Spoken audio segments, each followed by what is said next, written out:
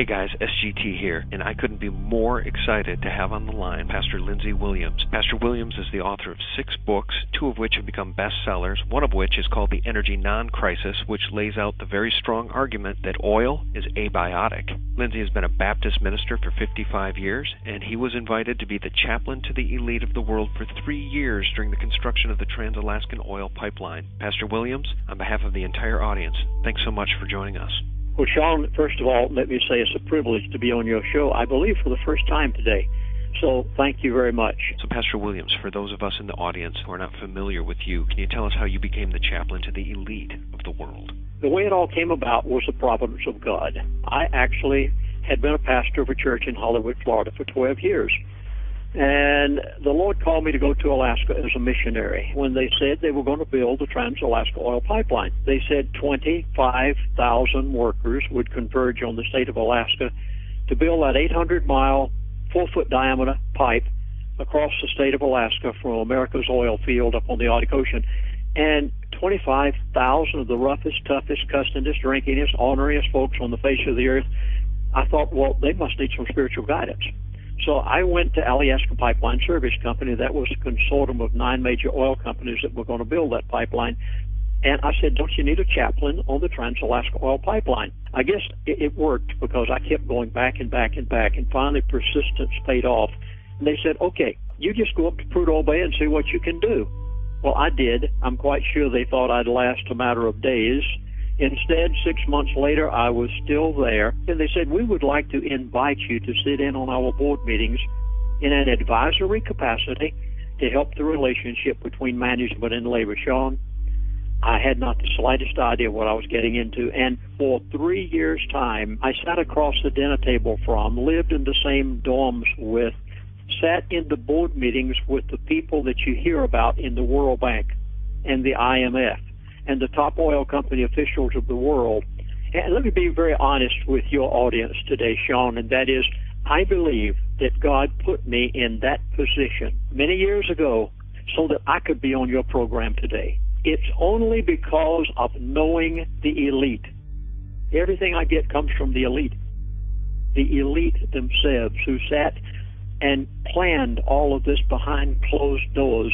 There are 2 of those individuals that became very personal friends of mine, and over these past 35 years, they have told me things, and I have merely gone on radio talk shows and shows like yours and relayed what I have heard. And Sean, what I have heard startles me to no end of what the elite are planning on doing, Sean. Pastor Williams, we know that you've been traveling for the last 3 weeks, so you probably have a lot of news to share. Jim Sinclair is saying that there is no fixing what's happening now. The problem is here. The problem is now. It's not tomorrow. It's right as we're talking. It's right as you're listening that this has come to a head, and it can explode. Sir, in the past, you've said that your sources have told you that the euro will collapse before the dollar, and when it does, folks will have just a couple of weeks to get out of all paper assets, because then the dollar will fall next. So we have so much to talk about. Well, let me begin by what one of these elites said to me. Now, my book, Energy Non-Crisis, there's a person in the Energy Non-Crisis called Mr. X. It's actually a combination of 2 individuals.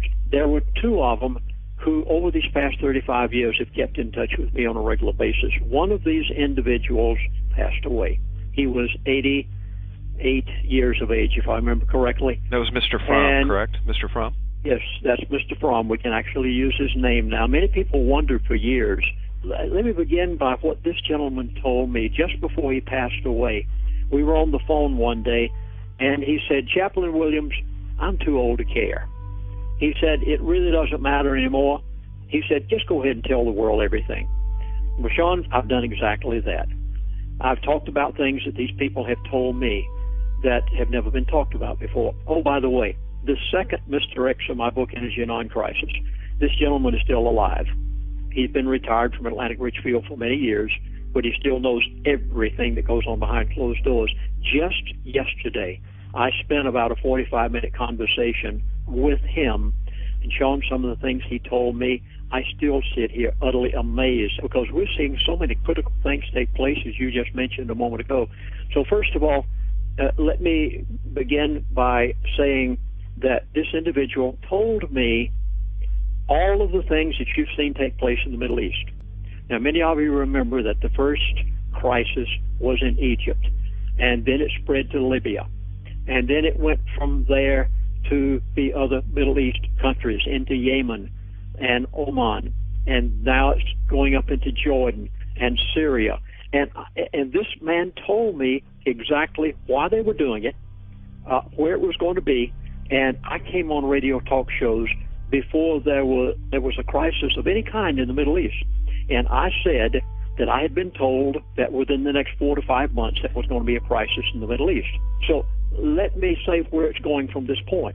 I know you are going to see, well, first of all, there's Egypt. And did you notice that as of this past week, the Muslim Brotherhood Party actually became legal in the country of Egypt? Now, I was given this back about 4 to 5 months ago, and I predicted it on numbers of radio talk shows and said that every one of these countries, as the royal families in the countries fall, or their leaders fall, that we, that's right, the elite, the government of the United States of America, Mrs. Clinton, of course, being right up there at the very top of all of this, along with her husband, and it was told to me that we were going to give, I hope you're hearing this, folks, that we were going to give each of these countries to the Muslim Brotherhood as soon as they fell. And it was announced for the first time this past week. Many of you probably saw it on the national news, and they said, Brotherhood Party legal in Egypt for the first time. And I sat here and I was in amazement, because this was planned over 2 years ago.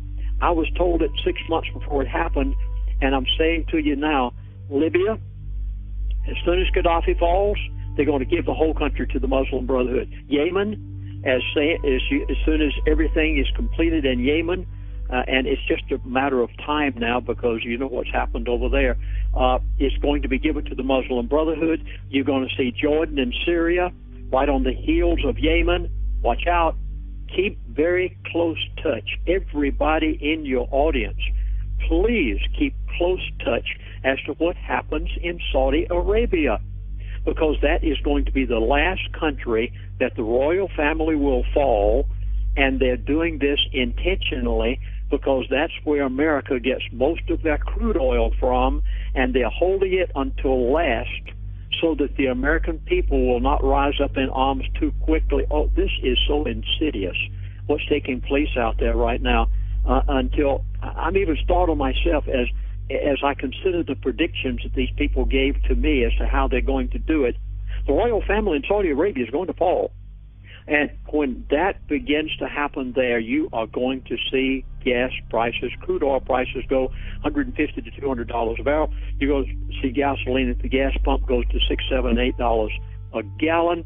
You're going to see the American dollar collapse very rapidly. And every bit of this is a sequel of events that was planned over 2 years ago. I know some of you think right now that gold and silver prices, and you're scared to death of where they're going. Don't worry. I know that silver prices went down, gold prices went down a little bit.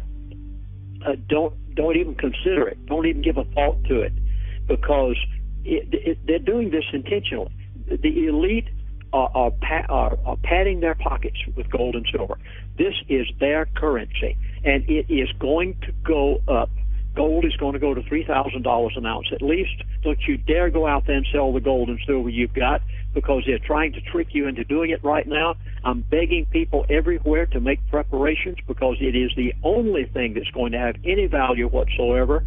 After everything else, the real estate market has collapsed. You're not making money on your houses anymore. The dollar is collapsing. The Federal Reserve note is a has-been. Are you ready? I'm going to make a very bold statement here, and you'll watch it take place. I do not know the date. All I know is it's going to happen. America will default on its national debt. I hope you heard that. It was predicted to me about a year and a half ago that the elite were going to do this. The national debt will get to the place where the dollar will lose so much of its value And our T-bills, our national debt, not just this raising of the debt limit. This is not what I'm talking about. That's a minor thing compared to what's going to happen when the Federal Reserve actually declares a default on the $14 trillion plus American debt. It is going to happen, mark my words, and when it does, you will basically see what the elite have been trying to do since today they announced the New World Order. You will see the elite be able to, for all practical purposes, own every piece of mortgaged anything in the United States of America. They'll own your house if it's mortgaged. They'll own commercial real estate if it's mortgaged. They'll own your automobile if it's mortgaged, because you won't be able to make your payment. And this is their goal. They want this. It is not about money. I've tried to tell people this for 35 years. What the elite do is not about money. Some of the people that I rubbed shoulders with when I was on the Trans-Alaska Oil Pipeline and sat across the dinner table from, they could have written a check for $1 million a day for the rest of their life and never spent their fortunes. That's not what it's all about. That's part of it, yes, but that is minor compared to the real thing. The desire of the elite is control. I'll say it again, as I've said it thousands of times probably over many radio shows. The name of the game is control. They want total control of nations. They want total control of the monetary system of that country. They want control of people, and whatever it takes for the new world order to bring about a total control factor. The Middle East is all about control.